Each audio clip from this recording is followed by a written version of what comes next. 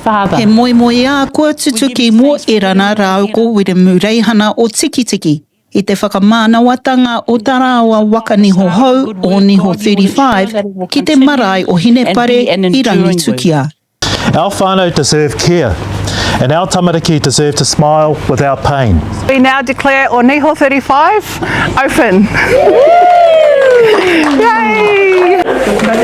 Haunga te pahi niho mō ngā taitamariki ngā tauira kura tuarua hoki.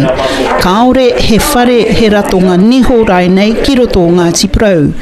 Mena ka raru o niho, he rua haora te taraiwa ki tūranga nui ākiwa ki ngā whare niho o reira, mena ka tarea e koe te whai tūnga.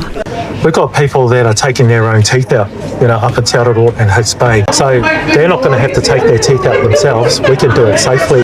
Kua ono taurāua e whaiwhai pūtea ana hei utu I te ratonga nei. Engari, auare ake.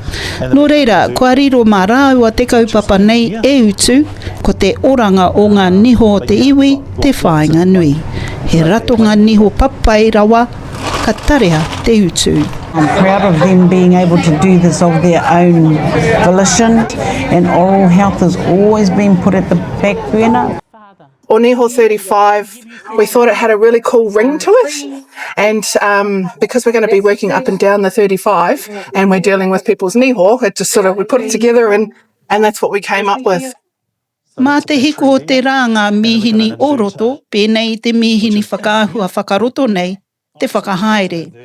Kei te anga te titiro ki te wiki e tū mai nei, ka hua ki ngā tatau o Oniho 35 ki ngā tūroro tuatahi. Erana Reedy, Taioro News.